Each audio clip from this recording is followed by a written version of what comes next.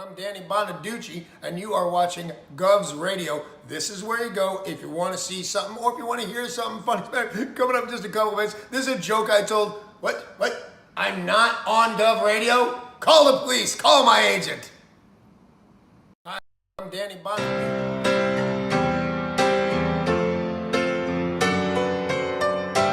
You need to know about this band who started with Billy back in 1971, because it's not that history was written wrong, it wasn't written. So we're here to write it.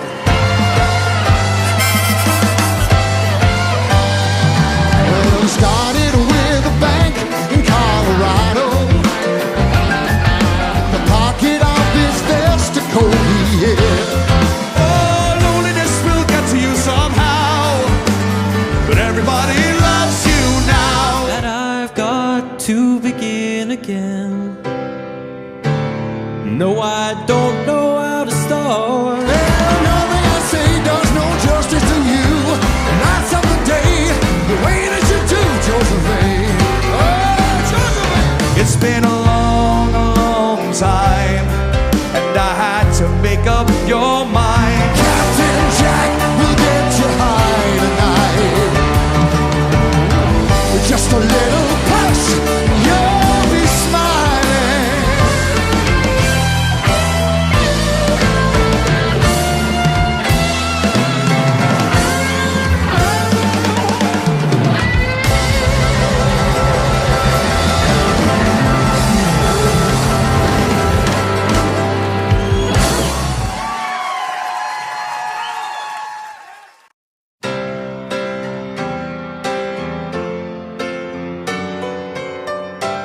You need to know about this band who started with Billy back in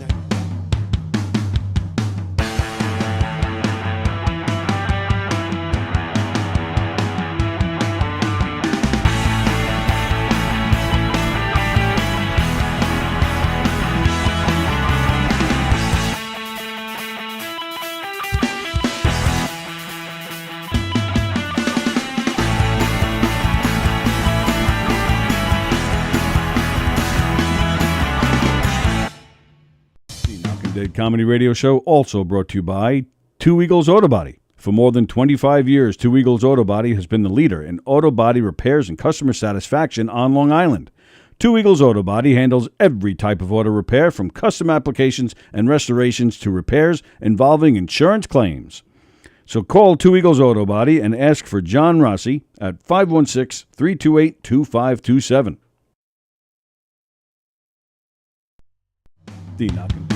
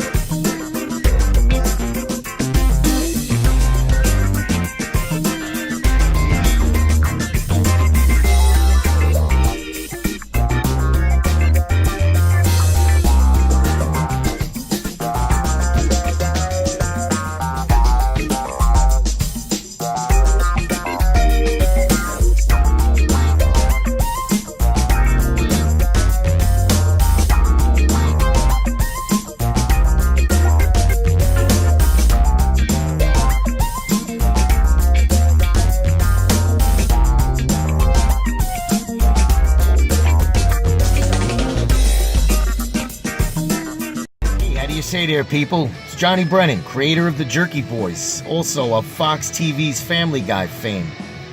I just want to let you know you're listening to Tony and Sally on the Knock 'em Dead radio show.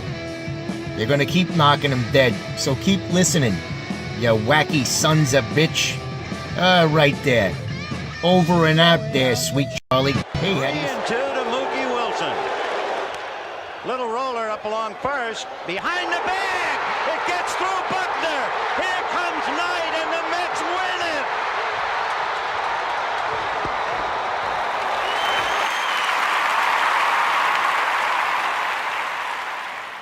Hello, Tony. Mookie Wilson here, 1986 Mets. How you doing?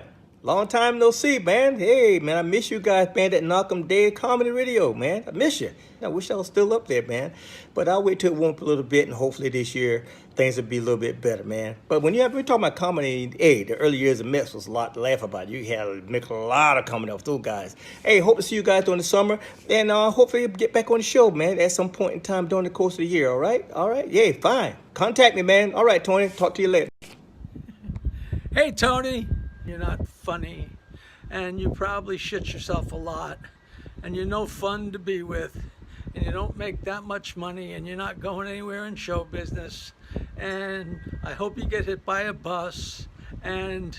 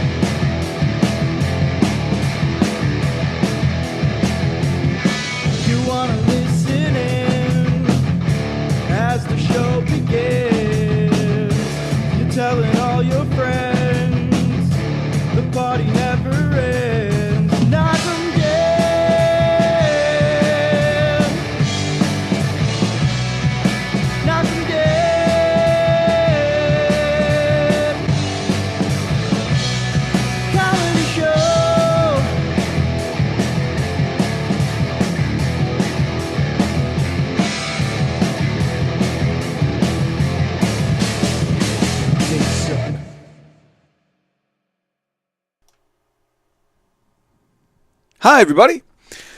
Welcome to the Knock 'em Dead Comedy Show here on Gov's Comedy Club Podcast YouTube channel. You see the graphic right above my head. Please subscribe to this channel. Hit the thumbs up and all that good stuff. And share the link. Tell everybody you know about all the great shows here at Gov's Comedy Club Podcasts. Especially today. It's nice and easy to share because we're on YouTube. Thanks for joining us. It is Wednesday. Yes, we're here on a Wednesday. There he is. Yeah, go ahead. Do what you got to do. Sorry about that. That's all right. Who's that? Beer dude. The what? Beer distributor. Oh, I don't know. All right. So we're here on a Wednesday. We're all mixed up. Josh is here. What'd you do? Oh, did you sleep late? Traffic. Oh, traffic. Sorry about that. Oh, that's all right. It's cool. We just started, so you're just in time. Josh Shaffer is here, ladies and gentlemen. Josh Shaffer, who we owe a big apology to. What was that, last Thursday? Is that what it was? I think so, yeah. Everything was on the fritz. Yeah, you gotta... Oh. There's a mic there. Sorry, I just got out of 1896. You got... What? I just was visiting. I went back in time, 1896, and I forgot about technology. So. Yeah, we're all screwed up here today. We're, it's actually like... I'm losing, I'm getting all confused this week because I'm normally not here on a Wednesday. So I'm all confused as to what's going on, what I'm supposed to be doing, where I'm supposed to be. I appreciate it. Oh, no. I appreciate... Not the confusion. No. It's you I appreciate because, again, we owe you the big apology. Last Thursday, Josh was supposed to be here, and he was here. He showed up, but there were internet issues with Verizon on their end. We were here. We were waiting. And I spent 2 hours on the phone with the guy, testing this, testing that, checking this, checking that, and nothing worked. Made an appointment for a guy to come check it out. And so I'll get to that in a second. So, yeah, spent 2 hours on the phone, made an appointment for a guy to come and fix it. And they said they made an appointment for the next day at 10 o'clock. And I was like, all right, I'll make the appointment. And I was worried because last Friday, Andy Plajanos, Peter Bales, and Jackie the Joke Man, Martling, were supposed to be here. I'm like, oh, if this guy comes in at 10, the show's at 11, hopefully we can do this. So I apologize to Josh. We leave. Verizon then gets in touch with me and says, the problem is not in your building. It's due to a larger outage, which didn't make sense because the club had internet. They have a separate router, and they had internet, so it didn't make sense. But they said it won't be fixed till 1 o'clock Saturday. Oh. So I was like, damn it. So I canceled Friday's show as well, had to reschedule Jackie and Peter.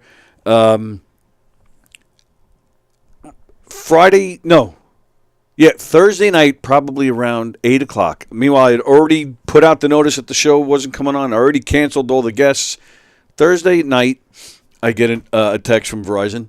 It's all fixed. I was like, son of a bitch. But I'd already canceled the show and everything, so I was like, so I didn't bother doing it. But Josh was nice enough. He came all the way here. We had to reschedule him.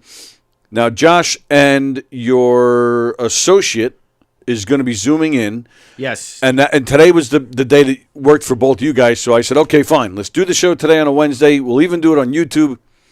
And then tomorrow, I got to take off to handle some business. So we're here today, not tomorrow. Friday, Andy Plajanos, Tim Saliani, Peter Bales, and Jackie the Joke Man. They will be here on Friday. Cool. So that'll be a fun show, and so will this. This will be a fun show. We're excited. We have some new shows tonight circling. We have a special Donversations tonight at 6 o'clock. Him and Jen Snortland, because Jen is promoting her show that she's doing in the Giggle Room tomorrow. Oh, cool. And then we have Circling the Drain at 7. And then at 8:30, the premiere of a brand new show. Tim Saliani, Carla Okerson, and Rich Rada. Why Are You Like This? I like it. Yeah, it should be interesting. They're going to kind of explore their lives and try to figure out why they're like that. Yeah. Isn't that the eternal question? What's that? Isn't that the eternal question? I ask myself that every day. Why am I like this? I don't really care. I just want to laugh with my friends and watch baseball and listen to music and get laid. Oh, okay. I don't care why. That's just what I want. With your friends in the room get laid, or is this something a personal, private kind of thing? No, yeah, that would be just for me. Oh, okay. Yeah, I mean, I hope they do too for their sake, but I don't. It's not something I need to know about or care about. But I do hope you're getting laid too, pal. I do. I hope. Thank you. Hi, Pegs. She's at work. All right, so Josh is here. This is. I'm a little interested because you've been in here many times. You're a part of our family here, but I did not know until you launched your website that you do impressions. Now, I mean, I've heard you do impressions like joking around in here and stuff, but I didn't know you did it like you're trying to do it as a job. You're getting paid gigs to do impressions and voiceovers here and there. I mean, it's tough. It's tough business. My nursing is the bread and butter, and I enjoy that as well. But this is just something that can't be something I got to do. It's like a craving. You get that rush from it. It's just so much fun. You just enjoy it. Like you said, you got to do what you enjoy. Really quick. Yeah, sure. He says he's having Zoom invite here to attend later.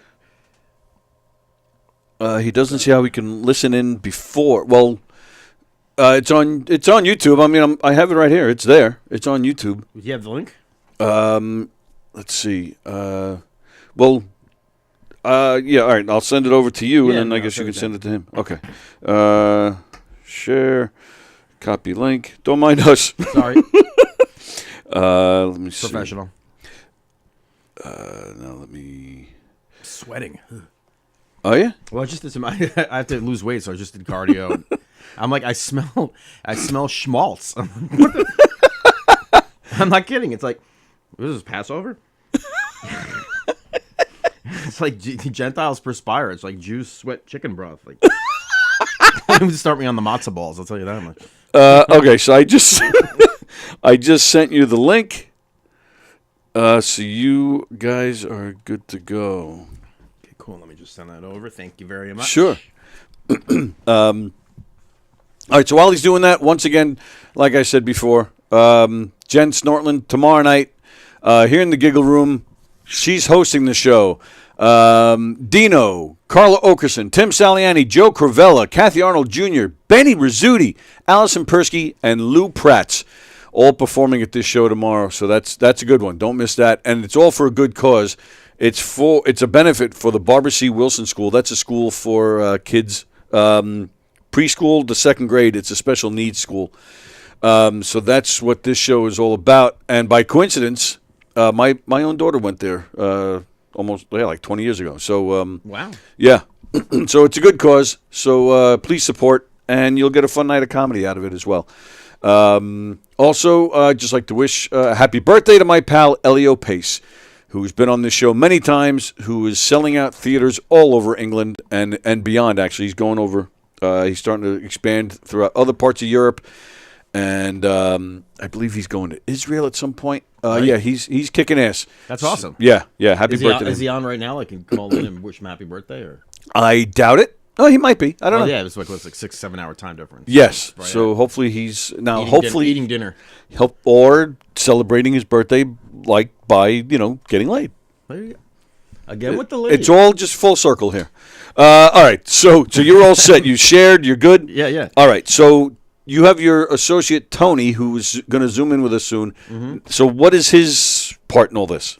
Well, basically, I like to help out other artists whenever I can. Just being here is always great. It's always an honor because, like you said, your regular guest, Carl Okerson, and you got Mike Keegan, you got my co-writer, Chris Roach, who that's another blessing. So I was just trying to. With him, he's taking care of himself, but others. It's an honor to be here and just like be among people like this and others who are working on different projects. I just like to, I like to help people succeed as often as I can. So I went to high school with this guy, very talented. It's funny. I had a bit of animosity toward him though because I was always interested in theater. He was in drama with the others. Him, Jason Maniscalco, Renee Maniscalco, Mark Manning, all these really good actors that had been involved with it since like middle school. It wasn't until junior high that they were desperate for a Tevye, and so they needed a Jew. So I was like. And I schmaltzed it up so bad. I was like, "Oh, these are my 5 daughters." But the director, Larry Waxman, who unfortunately passed recently, he was a great guy. He liked my persona, and I was basically like reading for the part with, alternately with. I remember that like Tony Wolf, Jason Maniscalco, and me. To like 10:30 at night on stage, reading for the same part over and over again. Oh my goodness! But Tony, it wasn't. I don't want to say animosity, but Tony he's such a great actor. He would always get the part that I would try out. So you asked him to come on today, so you can just No, I'm not gonna write. He's a great guy. He's a working actor. He loves comic books, so we like to geek out and talk about comic book movies. And he's had a lot of interesting experiences. So he's a very good writer and an artist as well. So what he did was he put together stories. From the last 15 years worth of stories, 20 years worth of stories when he was living in Greenpoint, Brooklyn, and there's a really interesting story here where he challenged a ticket from a cop, and if you look right here, he made it into the. It caused a huge deal, and I think he made it into the Daily News.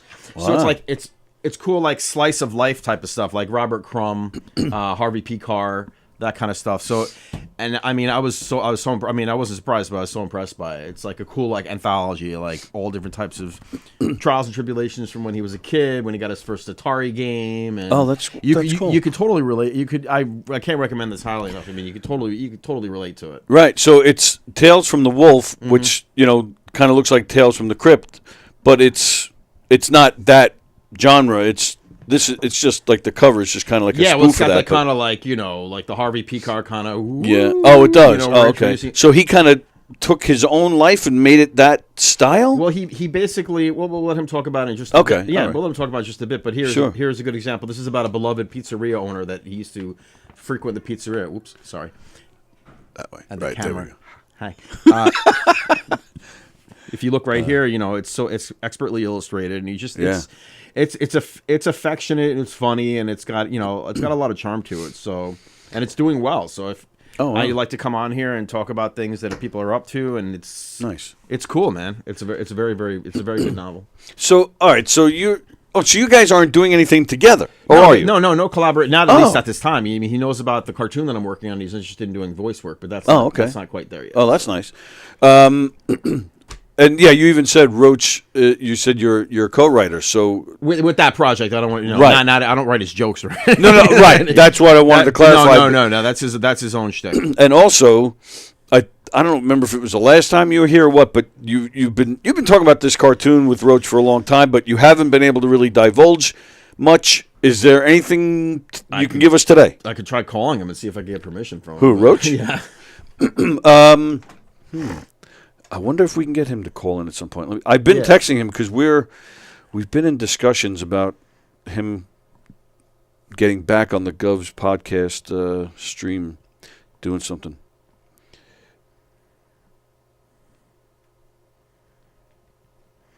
We'll be right back after this. Yeah, don't mind. That's today. We're just sitting on our phones. Today's show is brought to you by. Are you texting him? Yeah.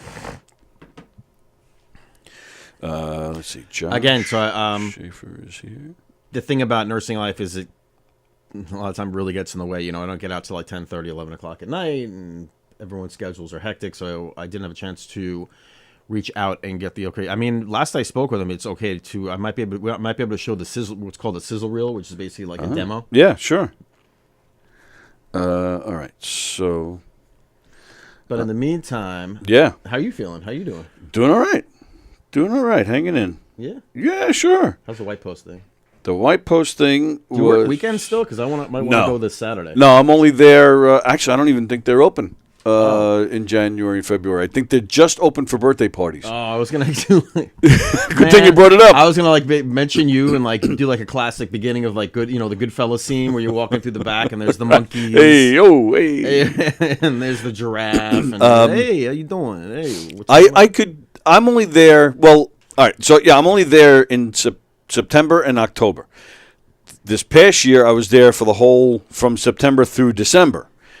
But I don't think that's happening anymore because I do the fall festival and then immediately after that is Christmas stuff. But I don't think they're going to have me back next year as Santa. Not because of anything I did. They just don't. They don't get a big turnout for Christmas. They just don't. It's just not a place you associate with Christmas, which I wish. You get penguins and polar bears. Well, that was the thing. They tried because they have last summer the very first giraffe ever born on Long Island is there at White Post. Patches. Thank you. So they were trying to tie that into Christmas. Come on, it's a giraffe Christmas. Come see Patches and Santa was right outside the room of the giraffes, but nobody was. No. Patches is cool too. You feed her carrots and everything. And right. And you get to feed a giraffe. How cool is that? It's a great place, and I do wish. I mean, but the problem is, a lot of it's outdoors to go see certain animals. So so on the cold days, I mean, they were on the colder days. This was me for hours as Santa, just waiting for people to show up. Oy. Hours, and it dragged, and it was. Somebody sit on my lap. I've been saying that for years. I know. So that time of year actually gives you an excuse. So yeah, it's unfortunate, but yeah, they just don't get a big Christmas turnout. I even suggested, maybe doing a scavenger hunt with Santa. Some years ago, they had a guy working there who. They had him put together they wanted him to do a play. Oh. Like a Christmas play. So this guy contacted me. I developed a half-hour kids version of Scrooge. It was silly and it was fun and the kids loved it. We did it 5 times a day every weekend at White Post and we got people in. So but then they had a falling out with the guy. Then I ended up having a falling out with the guy. I have no idea where he is or what he's doing. Don't really care. So, but now that I'm working there, I've been trying to get. Hey, look, we got people in when we were doing this. Let's do that again. So I don't know if that's going to happen or not. But we're trying. So yeah. So right now I'm only there for the fall festival, which is only for 6 weeks. I'm only there 6 weeks a year. Okay. But yeah, come to the fall festival. The fall festival is fantastic, so I would recommend that anyway. Absolutely, yeah, definitely. We want to check that out. Dog shows, magic shows, all sorts of entertainment, and of course you get the pumpkins. They have great food. And oh my goodness, their bake shop is that is there during the fall festival. Not well, I mean they have a bake shop the rest of the year, but the fall festival bake shop, unbelievable. Unbelievable. With marijuana legalized now, is that taking like a double meaning? Like two bake shops? That would be something. You make a fortune. That would be funny. I should suggest that. But no, that's not what I was talking about. I'm just saying they have these chocolate chip cookies that's why I'm fat. It's just because of chocolate chip cookies. You're doing fine. No, not really, but I'm all right with that. Oh. Yeah, because there's chocolate chip cookies. It's worth it. Yeah. I'll die 5 years earlier. Oh, okay. Because of chocolate chip cookies. Cookie time? I'd rather die 5 years earlier and enjoy myself with chocolate chip cookies than dying 5 years later and not enjoying certain things like cookies. I was just thinking about that the other day when I'm at work. I'm eating like carrots and hummus. I'm like, why am I prolonging my life? It sucks. Exactly. No, but I mean, I have cheat days and I enjoy, but it's like at times it's like, why am I wait a minute. So I want to keep, I'm hating eating carrots and hummus, so but I'm going to keep myself healthier to live longer so I can keep eating carrots and hummus. It's like, it makes no sense. There's got to be a point, I don't know what age, but there's got to be a point where you just say, screw it. I'm old. All my friends and family are gone. I think if I'm 90 and like everybody's gone and I'm living in a home and my kids are like, oh, I got to go see him again, I think I'll just take everything there is. I'll eat everything and take everything. Why not? Yeah. At that point, why not? What was that movie? Little Miss Sunshine. Did you see Little Miss Sunshine? Love that movie. Alan Arkin, the great Alan Arkin. He plays like he's an octogenarian. He's like doing all kinds of drugs. Right. He's like, I'd have to be crazy not to. Right. I'm at that age. And he's telling the grandson, go to school and bang, bang away. Bang a lot of women, not one woman, a lot of women. Right. He's great. Kirsten says, hi all. Hello, Kirsten. And Andrew Fremder, I heard White Post has kettle corn. Yes, they do, Andrew Fremder. Thank you. Yes, of course, Sally is working there too, selling kettle corn. She makes it herself and she sells it, yes. Oh, cool. And she does a fantastic job, and I hope she'll be there again this year. Oh, very cool. So, yes, there you go. And I will say, yesterday I was talking about the movie theaters movie theaters are now going to change their pricing. That's outrageous. Yeah, it's a little weird, but I will tell you guys, Sally was the one who recommended, who opened my eyes to that story and said, you should talk about this on your show. So Sally says, she's still a part of things, and she says hi to everybody. So like this whole it's very social weird. Class struggle, it's like, oh, right. I remember 20 years from now, be like, and for a while we had to sit in the back of the theater and, blah, blah, blah, blah, blah. And we were talking about it yesterday. When it comes to streaming, like, why would you mess with anything in a movie theater when you're competing? People are staying home. Most movies are available for streaming. Like some movies are available a day later, but usually like a month. It's not like when we were kids when you had to wait months or sometimes a year for some TV show, for some movie to come on TV. Like I remember as a kid, Star Wars. I mean, all of our parents took us to see it and stuff, but to see it on TV. I mean, you didn't have HBO and stuff in the 70s, but. So, I think it was ABC or one of those, it was like 2 or 3 years before it came on TV. And it was an event. And it was like... It was a big deal. You go back even further, the 3 main channels and click, click, click, the metallic clicker. Click, right. Click. Oh, the metallic clicker. How about getting up to change the channel? And adjust the rabbit ears. Yeah, totally. Yeah. But the way Lem Miller plays. But that's the thing. I mean, you're battling...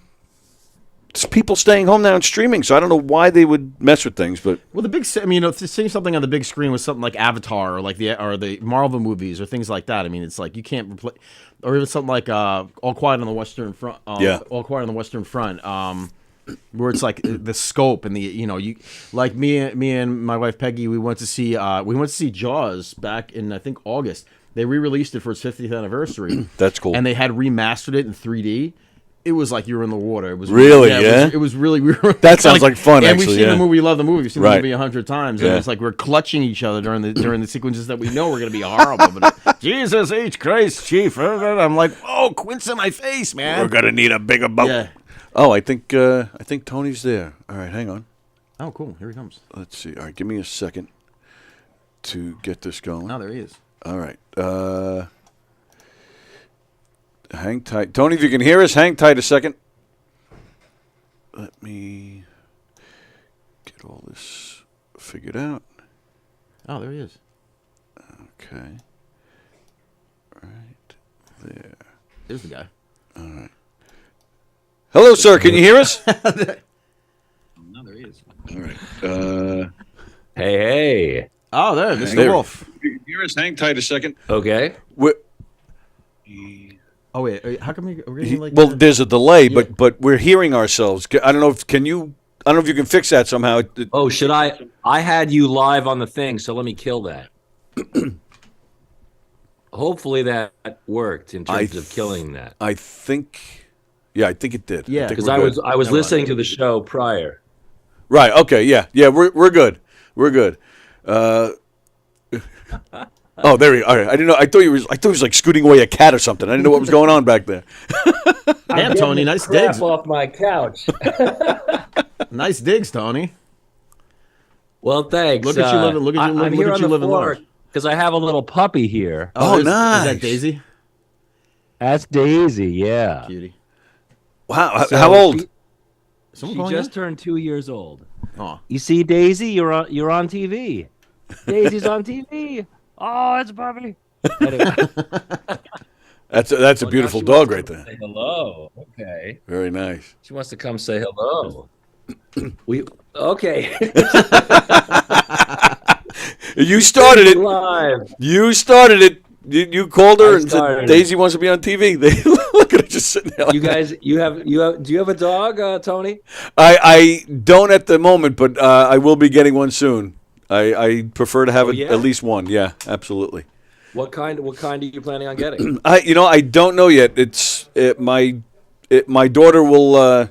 She'll make that decision. She's the boss. So, okay. But we had a pit, which we absolutely loved. The dog was the sweetest thing in the world. Pits are terrific. Yeah, absolutely. They're unfortunately they have a bad rap, but they're really I know but they're fantastic. They don't deserve that bad rap. No, not at all. You're absolutely right about that. Absolutely. I feel so accomplished. I got a couple of Tonys there. You know, you're sandwiched between That's right. two Tonys. I just realized we got two Tonys. So, by the way, have you done Santa many times, or is it just that one time that you played Santa Claus? This was just the one season that I've been working at the farm as like their host. Okay. Just making announcements. We got this over there. It's actually I do a lot of dinner theater. I've been getting into stand-up the past 2 or 3 years. It's actually the best. It's such a great way to hone the crowd work skills because the whole day in between announcements, I'm just messing with people as they walk by. Making fun of their clothes or if they ask me a question, I'll give them some stupid answer before I answer it. It's a blast. So I've been doing that for several years, but this was the first and probably the last year I played Santa. So, but it's a great place, White Post Farms, and I enjoy it. So I can put in a good word for you for Hanukkah Harry, though. So. What area or what towns do you do the dinner theater in? We travel all over. We've been everywhere from Pennsylvania to Maine, and if they're paying, we'll go. So we've been all over. I mean, of course, most of the work is Long Island, but we do a lot of fundraisers, private parties, some corporate events, restaurants, catering halls. Like we just last week. 2 weeks ago. 2 weeks ago, we were in Connecticut at a catering hall. They had over 200 people. So yeah, it was a lot of fun. We have a good time with it. I've been doing it for over 25 years. So it's it's great. I love it. We'll be, and thanks for the help there. We'll be in New Jersey this coming weekend. Go to knockemdeadcomedy.com. But Tony, we've been holding what area of Jersey? Because I'm a Long Islander. Obviously, I grew up with Josh. Right. Maybe you can hold it, like lean it against so that everybody can see sure. it. Oh, sure. Well, we're working off that camera right there, so there you go. Perfect. Right next to you. Oh, there it is. Oh, wait, yeah. Woo! So, yes, this is the book. It's, as Josh said, and thank you, Josh, for the plug and for inviting me on. So it's a collection of stories that I wrote and illustrated in the comic book style. Almost all of them are autobiographical. And four of these were in the New York Times. They were printed and published in the New York Times, and they're on the New York Times website. Wow. Yeah. That's fantastic. I forgot that part. But I did mention the when you challenge the ticket. That's a good one. Yeah, thank you. So I grew up in Long Island, obviously in the same town as Josh, and then I moved to Brooklyn after college. So I was in Greenpoint, Brooklyn, right next to Williamsburg, kind of before Williamsburg blew up. Right. Okay. So You started the trend. I You're trying to tell us. yeah, I got lucky. They heard Tony I Wolf can was say going I there, and they started- said, "We got to go." Only recently did he shave his beard and he put on normal fitting pants. Yes, yeah. classic. I'm a geek and I'm a nerd. I do a lot of comedy stuff as well, some comedy acting. Oh, nice. But I think I was too nerdy to be a hipster, if that makes sense. Okay. Yep, I'm with you. Oh, and I come from that same place. Yeah, absolutely. Right. So did you say you did the illustrations too? Yeah. Oh yeah. Yeah. Wow. So I wrote and drew everything.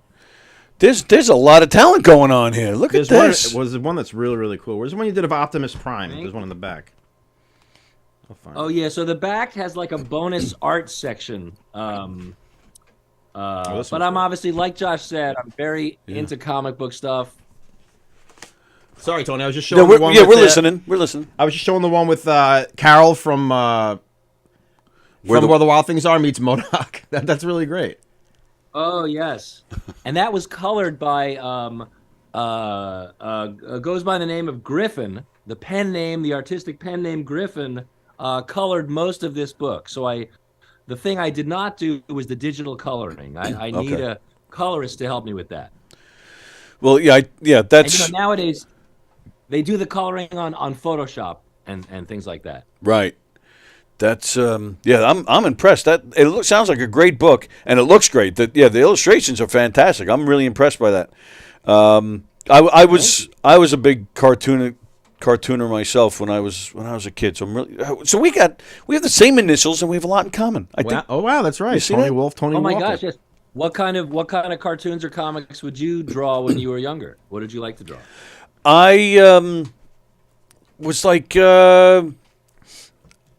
kind of like Peanut style, all people. Like I didn't draw animals like you did Where the Wild Things Are. Like I just like to draw people, and I used to draw a comic strip based around a high school job that I had at the time at a lumber yard. But I didn't really. Once I got the acting bug, I was an art major. I went to school briefly for art, but once I got the acting bug, I stayed with the art for a while because I said, oh, that was my lifelong passion. But it was really the acting that just kind of took over. So I put all the cartoon work aside. But but I still have a big appreciation for it. And I'm really impressed with this. Did you have a name? Did you have a name for the lumberjack comic strip? Lumberjack job? It was a very original name and very smart. It was called Bob. It was based around the manager of the place, and we used to pick on him like crazy, and everybody. And he was such a good sport, a great guy. So it was just based around him, and that was his real name, Bob. That's awesome. It was like all just. He was almost like a Charlie Brown type character. All these things would happen to him, and he always took it in stride, and everybody around him would kind of tease him about his life. But so it was like an adult version of Charlie Brown almost. That's awesome. I honestly haven't even looked at it in 40 years. I couldn't even tell you if it was any good. But anyway, I do have a big appreciation. I think I'm gonna have to go order one of these books. This is cool. And why the and I mentioned we talking about it with Josh before.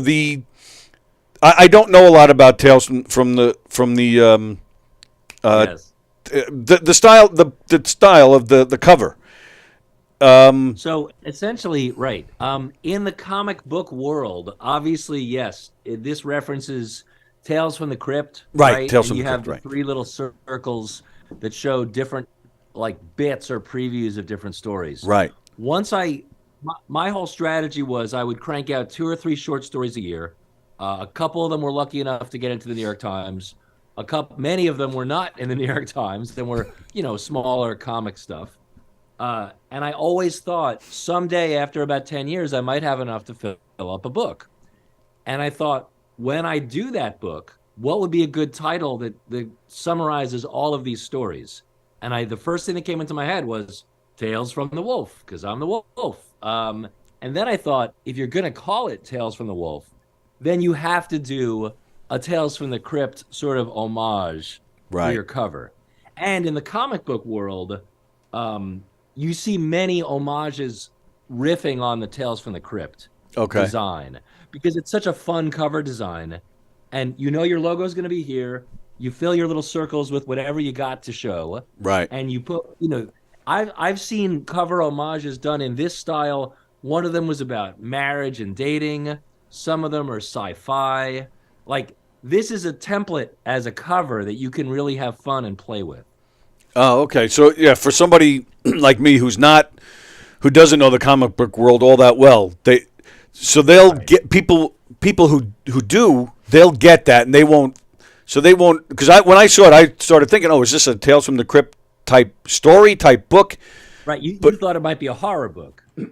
or something along those lines. Yeah, that's where I was confused when Josh was saying a lot of it's based on your life. That's why I couldn't really get put the two together. But now, so you're doing a lot better job of explaining it than Josh did. Yes, I'm sorry about that. I can only do so many things. No, Josh explained it I'm beautifully. teasing. It's a lot of autobiographical stuff. But yeah, I mean, I'm not saying you'll see covers like that every month in the comic book world. Once every couple of years, someone will use that cover template for any genre. You know? Right. Got it. Okay. It's almost like the first cover of the Superman cover, where the first Action Comics cover, where he's holding the car over his head. You see riffs on that every couple of years also, whether it's about Superman or not. Right, yeah, that I've seen, yeah. And also, you guys were talking about back when Star Wars, it took a while for a movie to be on the air back in the day, right? The 70s, the early 80s. Josh, do you remember? I remember when Star Trek II first came on television. Oh my God, it was a big deal. I remember that. That was huge. I remember that. I remember my parents refused to let me watch Jaws. It wasn't until my therapist. Gee, I wonder why. It's like, let him watch Jaws, because like they were so like they were very like progressive people, but they just were trying to like shelter me. They thought I'd be scared. Finally, they let me watch Jaws 2 on ABC, which is like a pale imitation compared to the original. Not nearly as good. Yeah, but that was my introduction to like the kind of like movies on TV, because we didn't have HBO. They used to have, remember the classic, the clicker box? Of course. That was the big thing. Yes. HBO movie of the week or movie. Yeah, that was really great.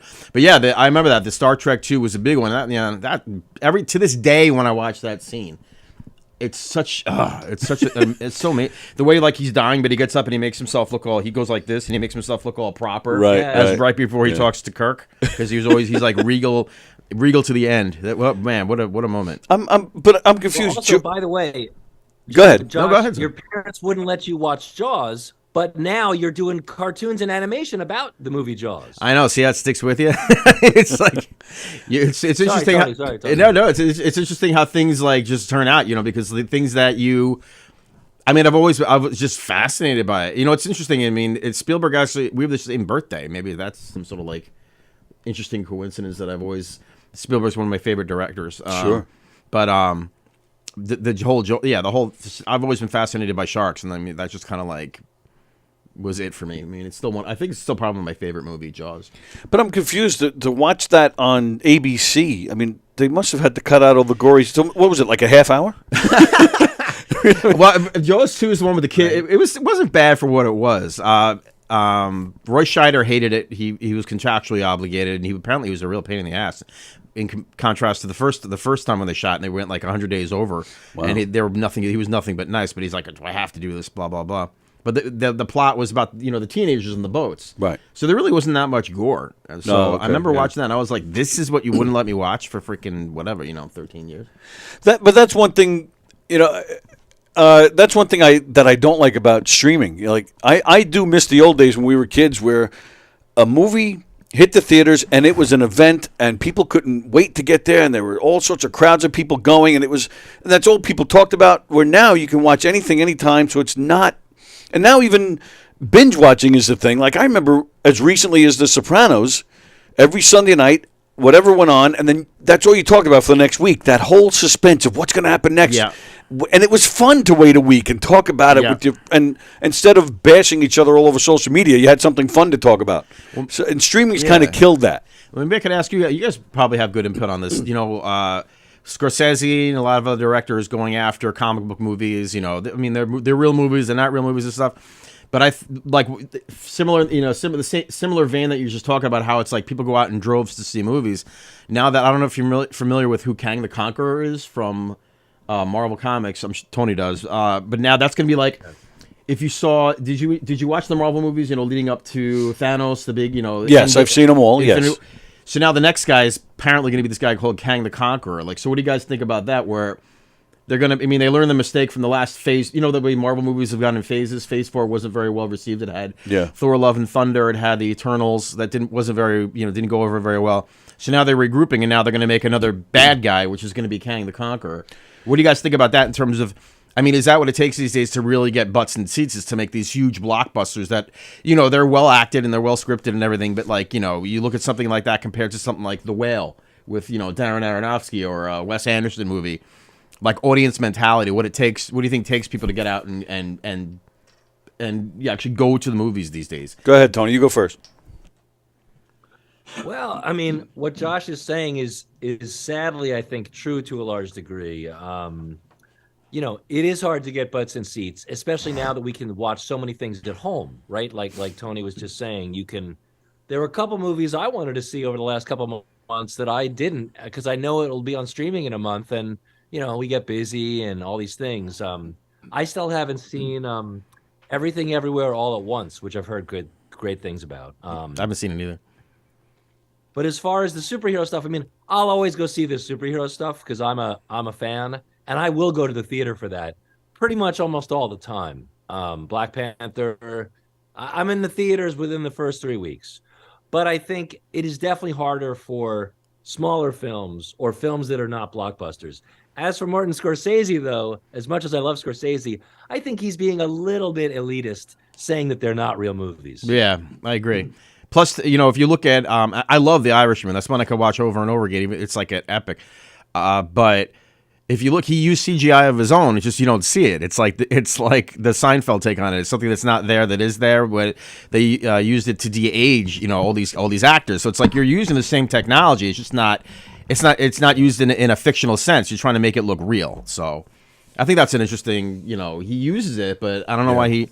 I mean, like Al Pacino, even Al Pacino praised. I think he saw Guardians of the Galaxy. He loved it. So not sure about Scorsese. Yeah, I agree. Scorsese. I do disagree with Scorsese. I mean, this is what movies were all about in the beginning. It was all about fantasy and you know that whole idea of something larger.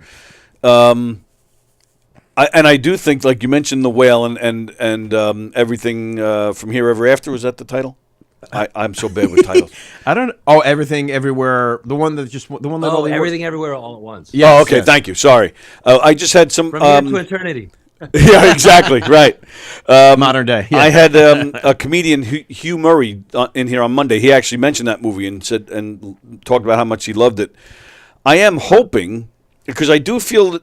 While I do feel they're real movies, I do feel that fantasy and that type of thing, whether it's CGI or not, that it's still what movies are all about. Mm-hmm. It's all about things that that aren't real. But having said that, I do feel that Marvel has, whether it's a new bad guy or whatever it is, I do feel that they've gone so far, and I think they're running out of ideas. I thought some of their TV shows were pretty bad. Yeah. I'm looking forward to DC because now they're rebooting. And they're starting from scratch, and so I got high hopes for that. But I do hope that movies like The Whale and this one, and I already forgot the title again. I am hoping that kind of originality will start to bring people back to the theater, because going to the theater is a fun experience. Right.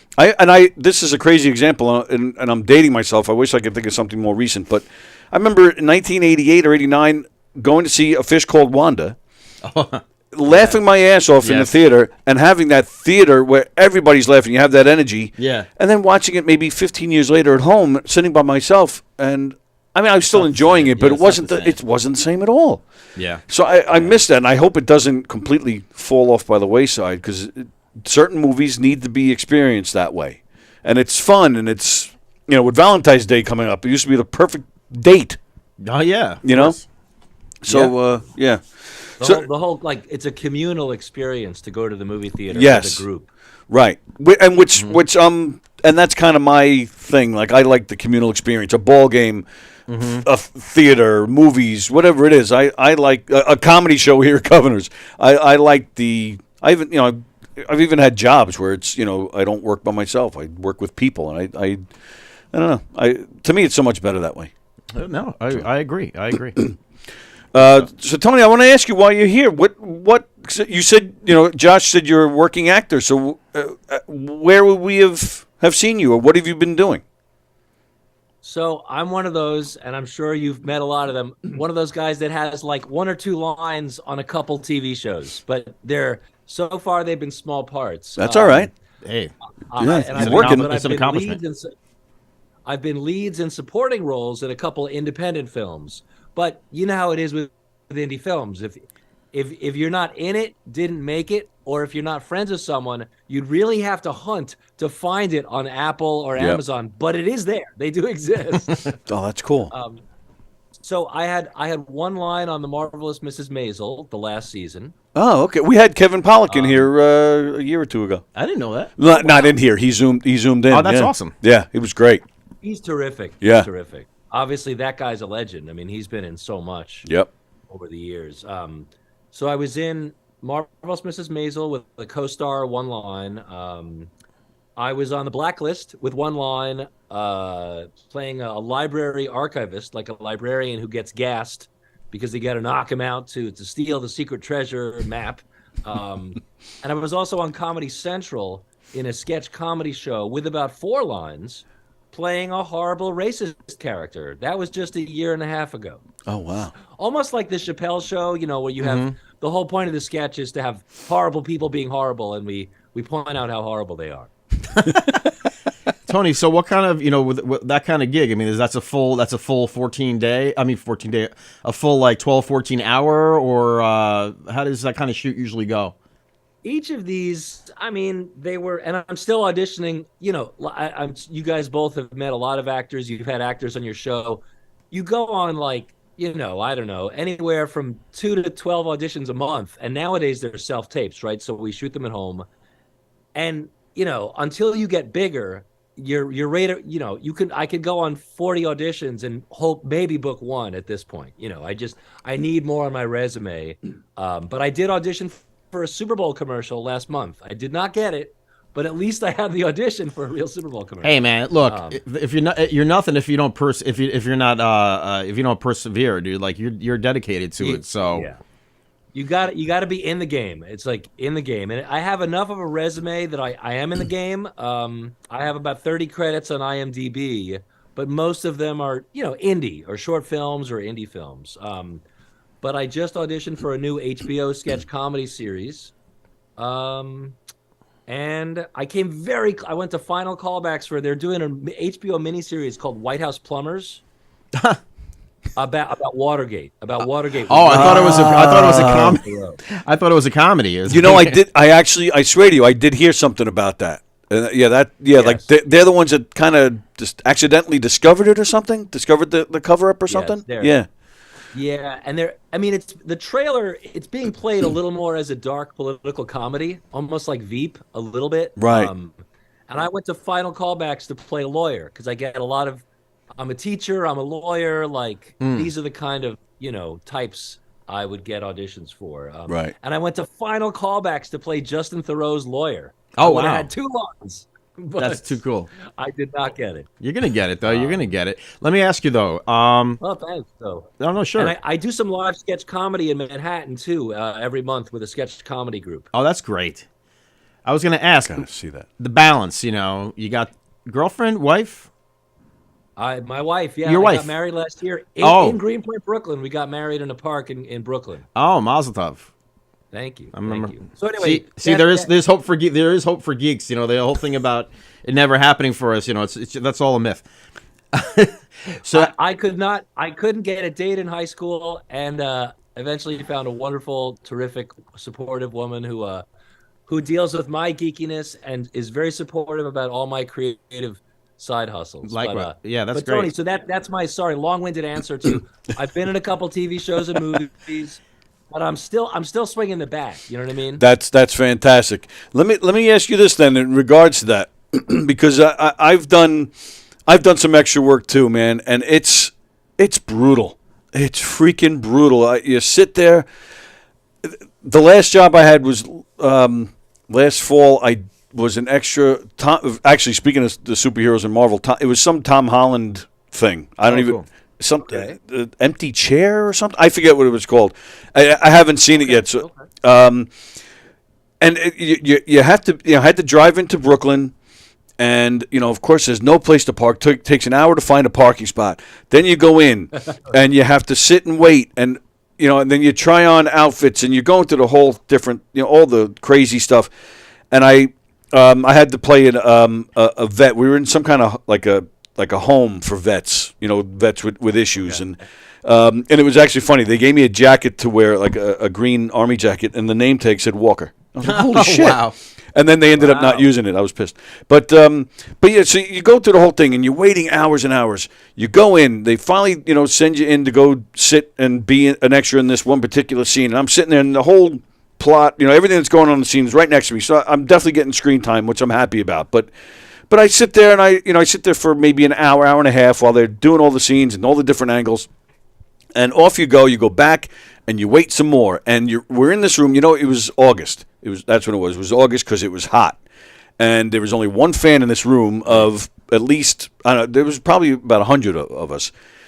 And one fan, it's on the other side of the room. So I'm sweating my ass off.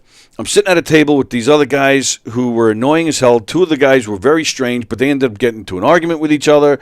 I'm like, oh, what the fuck? Get me out of here. So they're calling people in occasionally for scenes. Now, I'm in this one scene, and I'm an amputee. So so I have a prosthetic leg, but of course I'm doing the scene without the prosthetic legs because that's why I'm in the scene. They wanted an amputee. Looked like, lost it in war. So I'm waiting. After that, waiting to get picked for another scene. So I finally went to the production guy and I said, "Look, do you need me at all for the rest of the day? Or did you just need an amputee for that one scene?" "Oh no, stick around for a while." Almost 3 hours later, he says, "Oh, you know what? We don't need you. You're right. You're in that one scene. You got screen time, so we're not going to need you for in the background anymore." Every walk of life. And at this point, it's like it's rush hour ride home. So it took me like 2 or 3 hours to get home, and and days like that, and it's.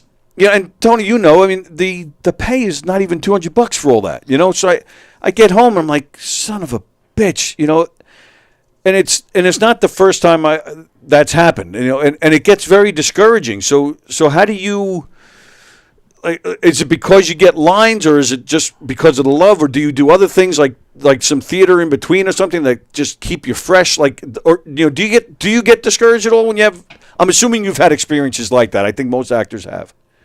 Yeah, so definitely, I can relate. I haven't done extra work in a while, but I have definitely done it. I did it quite a while ago, several times, and yeah, it's a slog. It's definitely a slog. In the last, I would say 5 years, I've gotten to the point where I will only accept a role if it has lines. Like it's accredited. They call it the smallest role you can get is a co-star. Co-star means you have at least a couple speaking lines. And so now I have 2 agents, I have a manager as well. So they're batting for me, and they're trying to get me roles only real parts. Right. But I think every actor should do extra work. I did it many times years ago, probably in my mid-20s, late 20s. And yeah, it's a long day. And by the way, even if you only have 1 or 2 lines, you're not an extra, but sometimes they sort of accidentally treat you like an extra. Sure. Because you have 1 or 2 lines, right? Right. And sometimes one of my friends who's booked a lot of guest stars, he's had 2 lines, and sometimes they sort of treated him like an extra. And that guy has had scenes opposite Hugh Jackman, and and a lot of it is just keeping humility. There's occasionally, there's a way to politely remind them, I have a trailer, I have a credited part, I'm not an extra. But you don't want to step on the gas too hard with that, because you don't want to seem like an uppity, arrogant person either. Sure. Because you're still just a guy with 1 or 2 lines, right? Right. You don't want to be too big for your britches. Sure. But even when you have 1 or 2 lines, you could still be there for 11 hours. But if you're only accepting parts with a line or two at least, then you know you're going to get, I think it's $1,200 or $1,100. Like, it is a better rate of pay when you audition, got a callback, and you have a line, or at least several lines. Sure. But for the extras, when I did extra work, I honestly grew to look. It's almost like a cocktail party. Like, that was how I tried to. I looked at it just like I was attending a house party, and I happened to be being paid for it. So I would try to just like view it as I'm being paid to hang out with a bunch of people for a day, and I'm going to try to look at it like I'm going to observe how the film set is run. I'm going to try to learn from what I observe for when I eventually have a real part.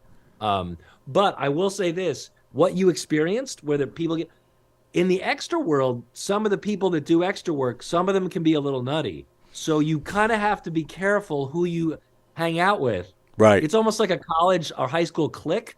You don't want to get into a clique because some of the extras, they think they're going to become famous for being an extra, and they bug the producers way too much. Oh, I've seen that. Producers are rolling their eyes at them. So you don't want to like get in too much with those people. Right. You kind of want to get in with the people who seem more balanced, more like Zen. They might read a book. Some of the people are constantly trying to schmooze like it was a Hollywood party full of power players, Right. and they think that everyone they talk to is going to get their movie made or something, right? If they have a screenplay or something. Yeah.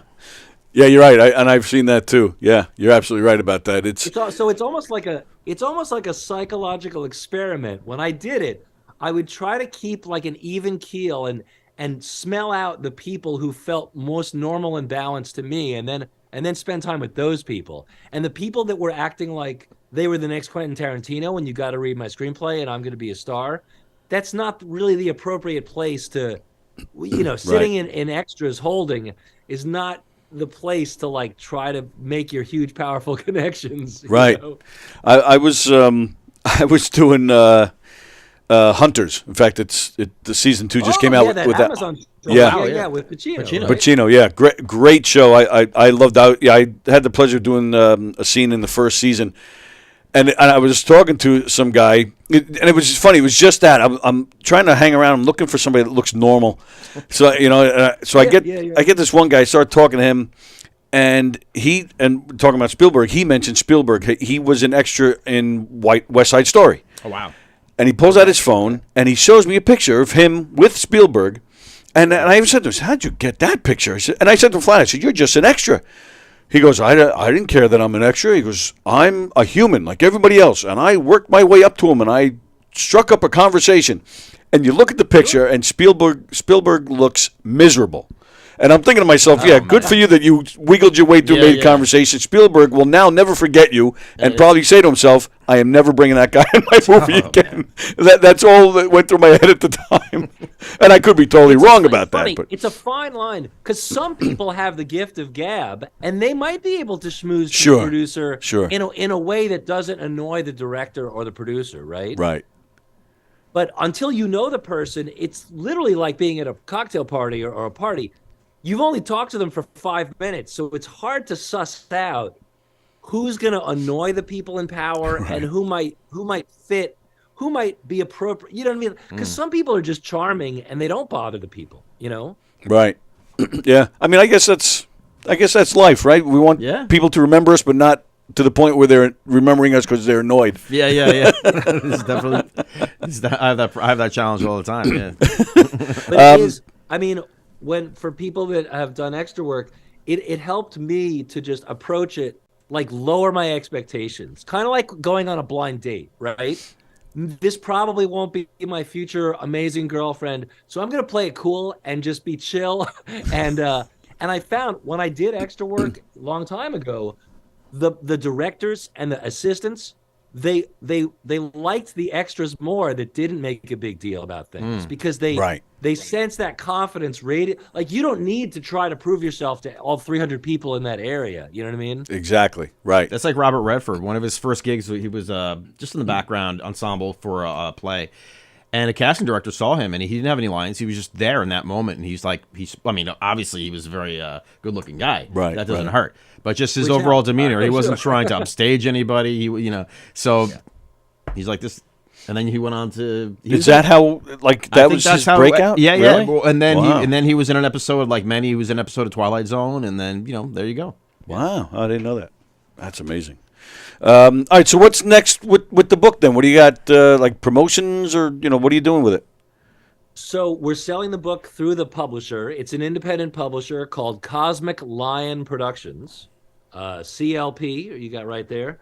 We're selling it through the website, which is cosmiclionproductions.com. It's being sold at a couple comic book stores in the Brooklyn, New York area, one of which is Everyone Comics. No, I'm sorry. It's Anyone Comics in Crown Heights, Brooklyn. They have a sister store called Everyone Comics in Long Island City, where I think it's also being sold. It's also being sold at a very cool comic book store in Williamsburg called Desert Island Comics in Brooklyn.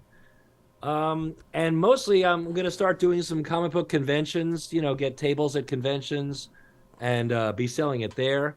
Nice. I'm also doing some custom illustrations in the back. People pay a little extra and they can get a custom drawing in the back. Very good. That's man. cool. That's awesome, dude. Yeah, that's great. You're That's doing great. That's awesome, man. Thank you. Good for you.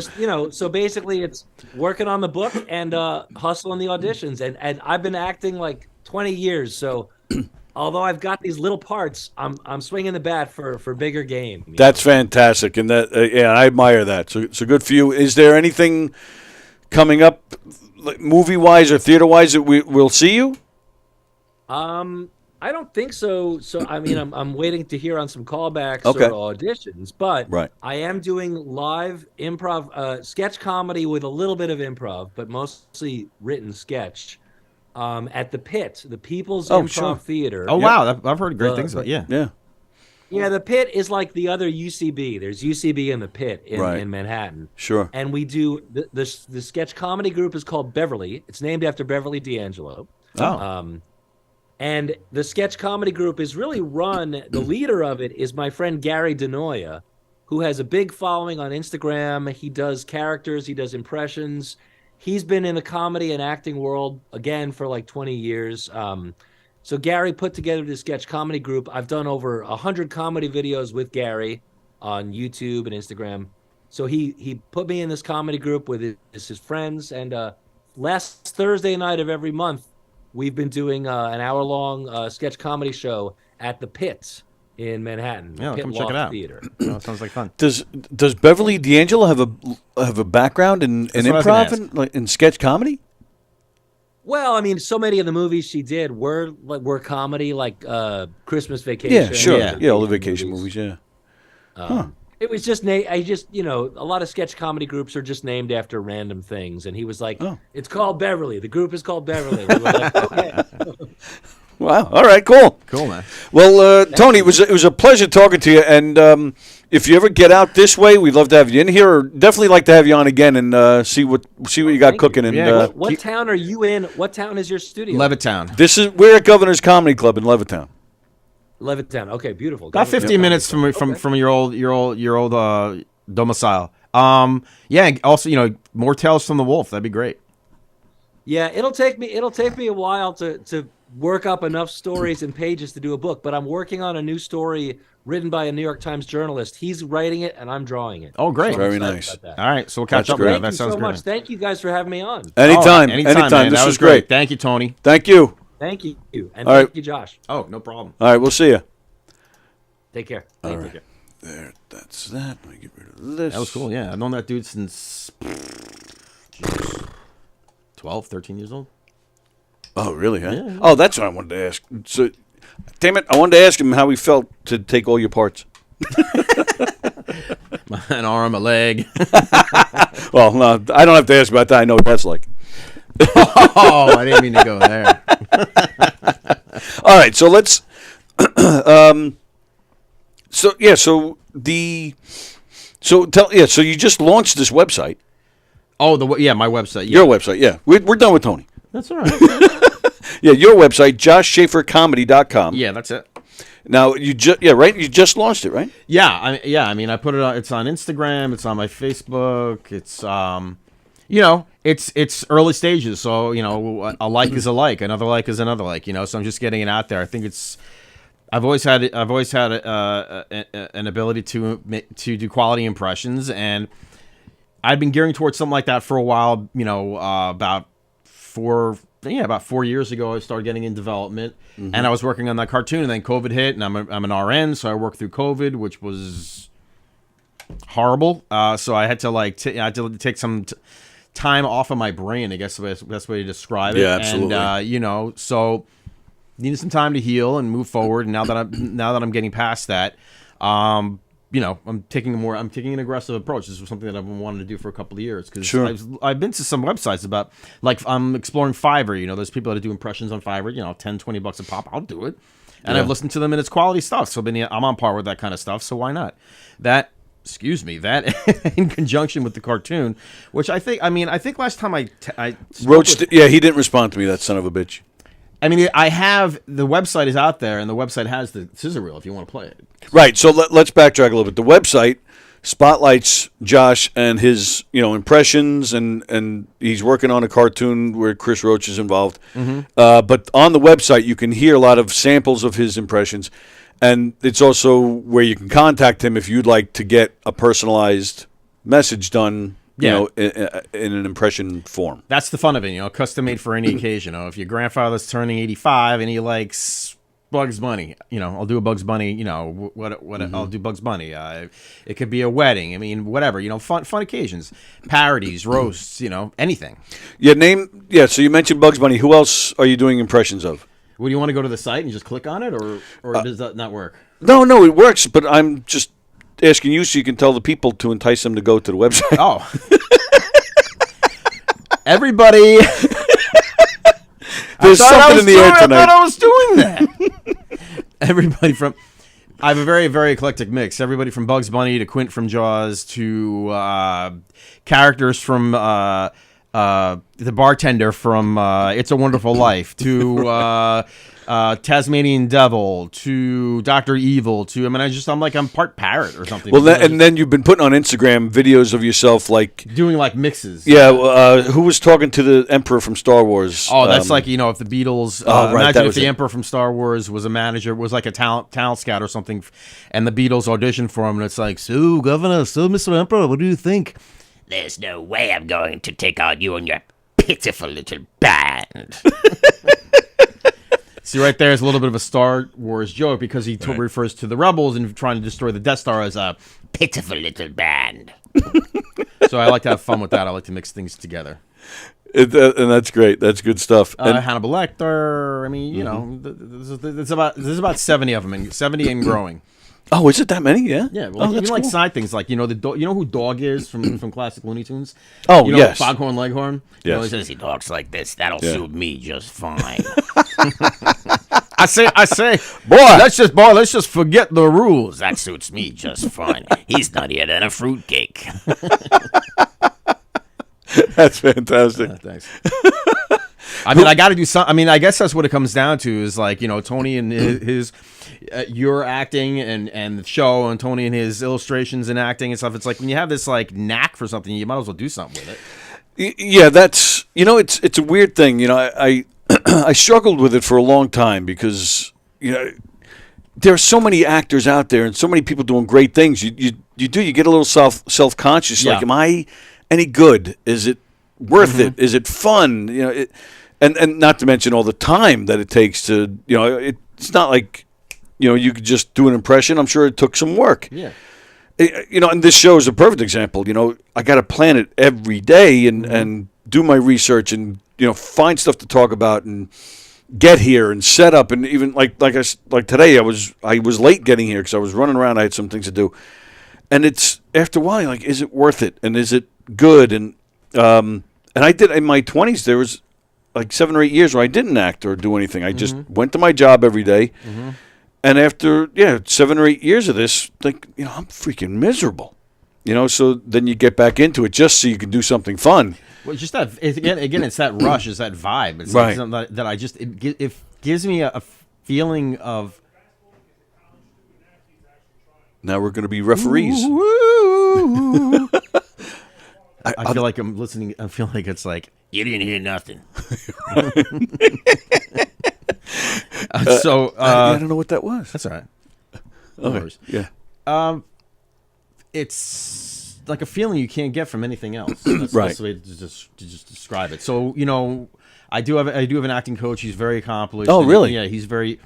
It's funny now. He's in his 70s, and he directed the Actor Studio for a while and stuff. So, Wow. Yeah. So, and out of nowhere, he knows that I like to fish. He's like, I've always wanted to get back into fishing, and like now we're like fishing buddies. That's really funny. cool.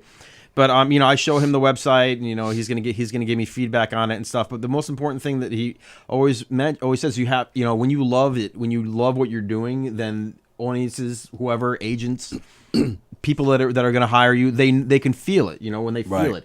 If you're the type of person that is becoming a burden to you, and it's then just take a step back and take a break, take a nap, take a day off, take a week off, whatever. To give your brain and body a break. But it's something you always got to come back to. I just enjoy it. I mean, I could do like the slightest little thing and just like make people laugh. So I like to make people laugh.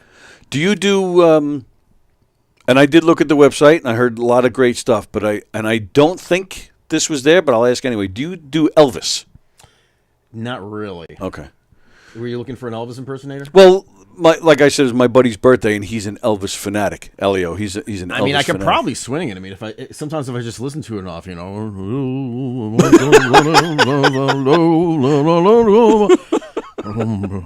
feeling a little hungry. I'm gonna 12 peanut butter and banana sandwiches.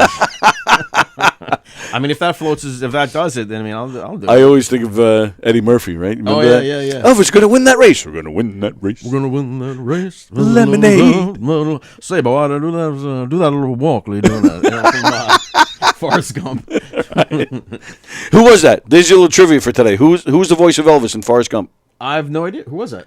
Kurt Russell. Was it really? Mm-hmm. Wow, I don't know. Because in the 70s, he did a movie where he played Elvis. Oh wow, I didn't know that. Yeah, it's cool. I love Kurt Russell. Yeah, oh yeah, he's great. Yeah, but I mean, it's not him playing Elvis in the movie, but it's in the voice. Yeah. So with enough practice, it just comes sometimes it just comes naturally to me. If anything, I'm too much of a perfectionist because, if you play, we could play the demo for the actual website where it starts as, I don't know, again, I'm a Jaws fanatic, and I forget the name of this actor, but he had this phenomenal voice he did for movie trailers.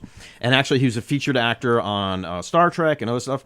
And he has a voice that's like, and when you listen to the actual trailer, I love the original trailer for Jaws, it's like, there is a creature alive today that has survived thousands of years of evolution without change. And it's like, I'm doing it, and it's like right now, that one I just did, it's okay in my book. Right. But to others, it might be, it might be good enough, but it's like, to me, it's like, if it's not like spot on, then it's, we talk about how you get like, not insecurity, but it's like, I could do it better. Yeah. So, I mean, a lot of stuff that's actually on the site, it's quality, but when I actually do the recording itself, it's like, I really can take my time and really have fun with it. Sure. And so people can go to the site, they can pay for a recording, but you're also out there, putting yourself out there to get hired for stand-up. Mm-hmm. But do you have a live act with the impressions too? We're actually working on that. Okay. I might put together like a little film series and stuff. I'm getting I have a friend who's done a ton of commercial work, and he really likes my material, and his suggestion is I have to get, the wife's been bugging me forever because I'm one of the only people with a Galaxy. She wants me to switch over to an iPhone.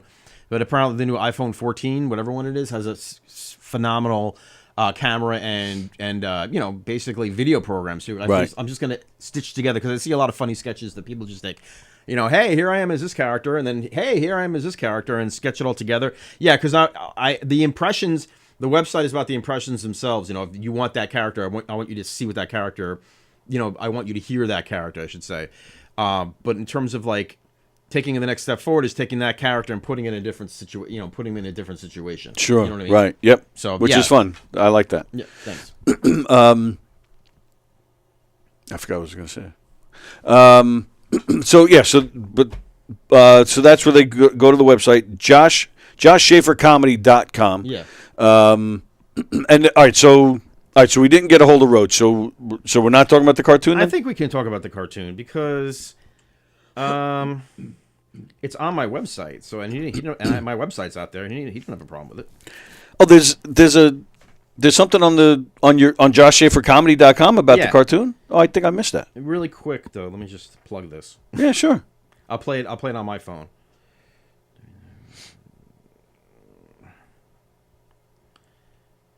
This is like you click on this one to get an intro. Actually, how's this going to play out? If you hold it to the mic, they'll hear it. What is this one? Yeah, right. I'll just put it on the speaker. Yeah, right. Oh, you know what? Does it have what kind of input does it have? Because then I can play it right to the board. Yeah, right there, right? Oh wow, technology. Press play.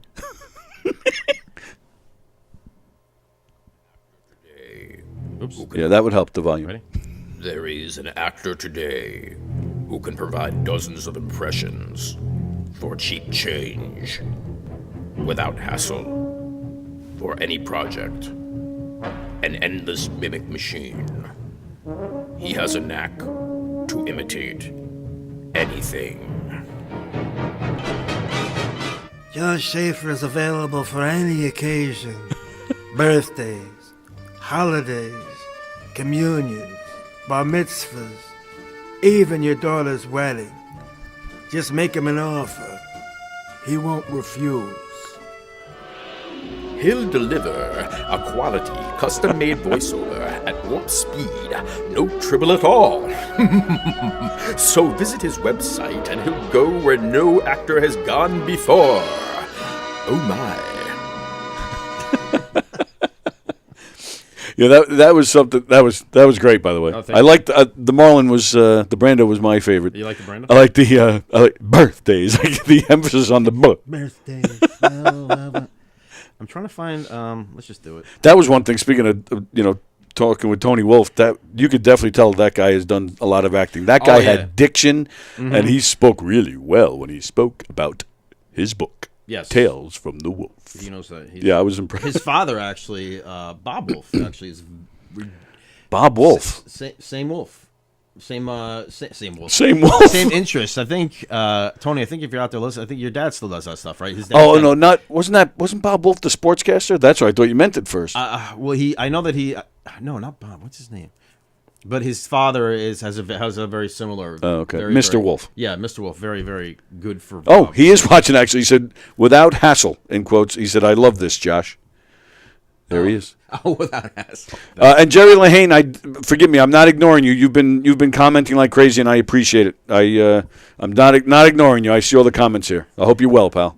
Now, if I play this, will it show on the computer? Or? No, we'll hear it, but we won't see it unless you want to hold it. Because to get the file, it would take too long to. Right. But if you want to hold it up to the phone, and the audio will come through. So that's up to you. I mean, if it's on the site. If you guys go to the site, There you go. So go to the site. So inside the Monster Studio is a cartoon that's on there. Yes. So there's a lot of things up there. So there's you can hear. There's a lot of examples of the impressions. There's some video examples. This one was funny. This turned out to be a gag because I recorded it. There's one segment that's just this, like, the Roadrunner's beep or like right. the doors in Star Trek. What movie was that where they actually had to make that noise to get the doors to open? I think that was was that Airplane 2 or something? Airplane 2 with William Shatner. And he'd be like, shh. This one here where I just wanted to do the Roadrunner's beep, but Right. my the engineer actually kept repeating it. So I was like, that sounds like a car alarm. So I did this. Oh, that's funny. Introducing the Roadrunner car alarm. Meep, meep, meep, meep, meep, meep, meep, meep, meep, meep. That's it. It just keeps going. Meep, meep. That's really funny. Yeah, it was fun.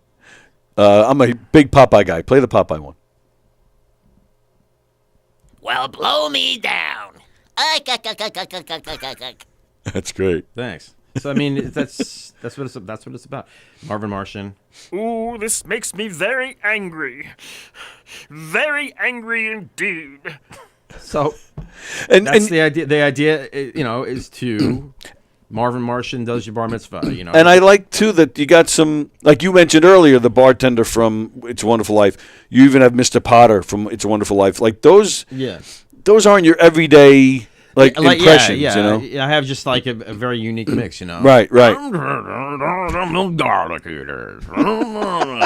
know, he's such a bastard. You hate him to the, you know.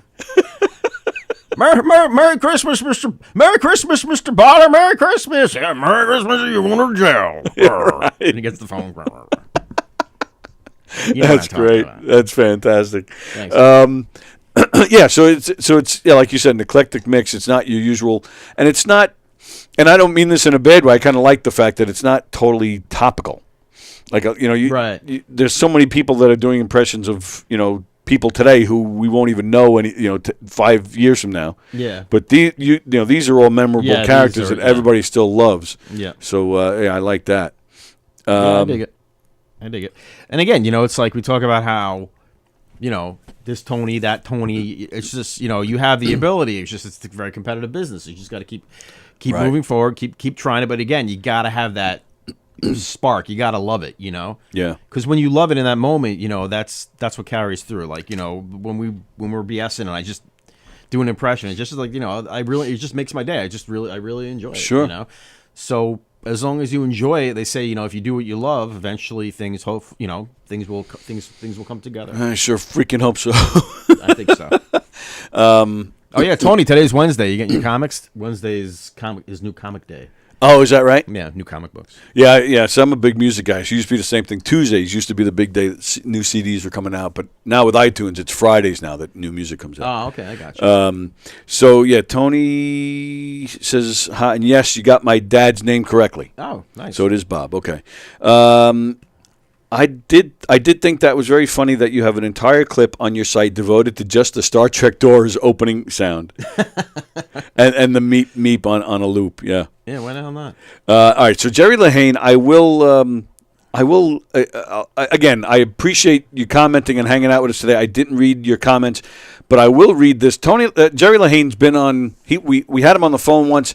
He found us a couple of years ago. He's been a loyal viewer and he comments a lot, but he claims to be a ghostwriter.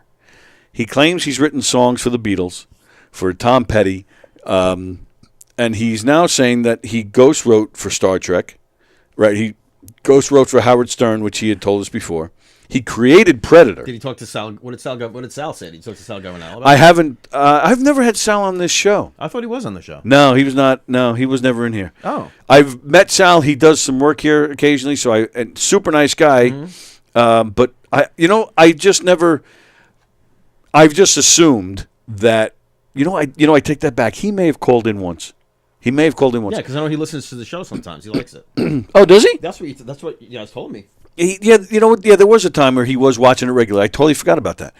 But I just assumed because of Stern, and especially that it's usually on, well, we kind of overlap a little bit. Like, right. I just assumed that he wouldn't be allowed to come in. Oh, so that's fair. We've had Billy Mira in here. Billy Mira in here. Yeah, they're great. And talk about impressions. Oh, yeah. Billy Mira, he had that... there was that one time many, many years ago when Stern was still on terrestrial radio where he was having a contract dispute. I think it was still with K-Rock. And they decided to put out a rumor. Stern decided to put out a rumor that he wasn't coming back. Oh, really? And it actually really happened. David Lee Roth ended up replacing Stern when he left terrestrial radio. But he was having this contract dispute, so he brought Billy Mira in as David Lee Roth, saying he's taken over. And this is before it really happened. But that's hilarious. And this was when David Lee Roth was still like current and a popular name. So he does the whole show as David Lee Roth. The place gets mobbed on the outside. People all over the place. They want to see David Lee Roth. They never revealed it that day. So Billy Mira finishes the show as David Lee Roth. He finishes, he leaves, and there's a ton of people out there. He just walks right through because he's not David Lee Roth, obviously. Right. They didn't know that he was David Lee Roth. So he just walked right through this crowd of people and went home. That's funny. And all these people outside the building were looking for David Lee Roth. That's hilarious. Oh, it's classic. Billy Mira, I saw him a month ago, so he wants to come in. He used to come in fairly often. I got to get him back in. Talk about a great guy. Does great impressions. Yeah. He's funny. He's a good singer, too. Yeah, he doesn't have his own act like he does Vegas and things like that. Yeah, Billy Mira and the Hitmakers, I think they call him. Like that, yeah. I've reached out to him once in a while on social media. He's cool. Yeah. Jerry Lehane also claims that he is the one who introduced Jackie and Fred to Howard Stern. So, Jerry, you got to get on Twitch because on Friday I'm going to be in here with Jackie, but we're going to be on our Twitch channel. I would love to get you on the phone while Jackie's in here, and I'd love to hear what Jackie has to say about you because you claim to have done quite a bit of stuff, all under the radar. So we're going to challenge you, Jerry. We're coming for you. Speaking of Jackie, I think I told a joke before. I stumped him.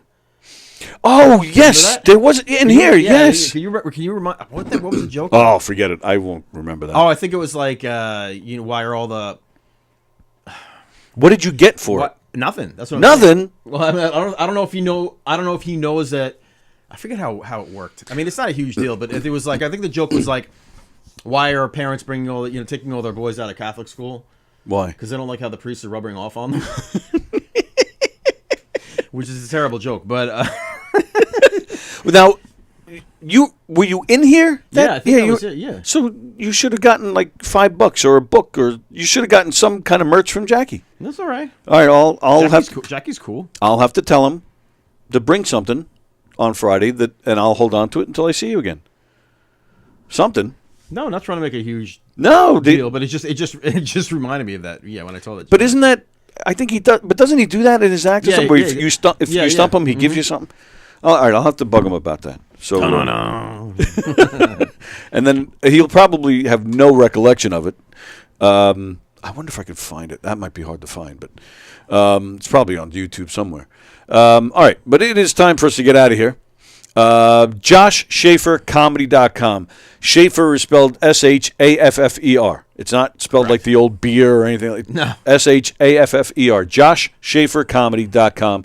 It's a fun website, and he's available. He's whoring himself out. Go get him. Oh, yeah. I'm spread. Jerry Lehane says Jackie sent him a Stump the Joke Man shirt. Well, there you go. Oh, okay. Yeah, so go JoshShafferComedy.com. Do you have any performances coming up? Anything? That's all on the back burner right now because of work and everything else. My focus is mostly on promoting the site and the cartoons. So I am getting back into it, bits and pieces, but that's my primary focus right now. So I'll keep everyone posted. And is Mark White still involved in the cartoon too? Mark White wrote the theme music, which was great. So I haven't heard from him in a while. But I haven't talked to him. Well, I've had some emails here and there, but I haven't physically talked to him in several months. Yeah, which last is bad. time I spoke with him was we had that funny debate where he had like a puppet the whole time. That actually might be the last, face-to-face thing I've had with him myself. Maybe once after that. But yeah, that puppet the whole damn time wouldn't show us his face. That was funny. Yeah, he's a great guy. I got to get in touch with him. So yeah, so he did the theme music. Now Roach, he helped write it. He's a co-creator, and he's also voicing something or no? Mm-hmm. He is. Okay. Yeah. I wonder if Kevin James just announced some dates at the Paramount. I wonder if Roach is opening. Probably. Probably. That'd is. be cool. All right, we're out of here. So thanks for sitting with us today on this special Wednesday. Glad Josh was finally able to get in here. Thank you so much. Again, tonight we got a lot going on right here on the YouTube channel. 6 o'clock, Donversations. He's talking to Jen Snortland, who is doing a live show in the Giggle Room tomorrow. You can still go to govs.com and make your reservations to see this show. Carla Okeson, Dino, Kathy Arnold Jr., Lou Pratz, Allison Persky, Joe Cravella, Tim Saliani, and Benny Rizzuti hitting the stage for the first time in a long time. So go check that out. So Donversations tonight at 6. Whoops. Thank you. Thank you. That's your ringtone? Might as well end it the way it started with just pure madness. I don't know. Someone's calling me at 516 area code. I don't know who that is. That's what happens. I still had the phone hooked up. That's awesome. Tonight at 6, Donversations with Don and Jen Snortland. Tonight at 7 o'clock, we got Circling the Drain with Ira and Sean and Carolina and Pickles. And then tonight at 8:30, the big premiere, finally, after months of planning, Why Are You Like This? Carla Okeson, Tim Saliani, and Rich Rader. I'm going to check that out. I'm looking forward to that. All three of them have had shows here before. Mm-hmm. They've been in here on this show many times. They're big part of this family, so I'm glad they're back. So it's a big night, and then I'm off tomorrow. Not here tomorrow, but Friday on Twitch. It'd be me, Andy Plagianos, Tim Saliani, Peter Bales, and Jackie the Joke Man Martling. It should be a wild one, folks. Don't miss it. So enjoy the rest of your day. Enjoy your day tomorrow. And again, thank you, Josh. Thank you. And we'll see you guys later. See ya. All right.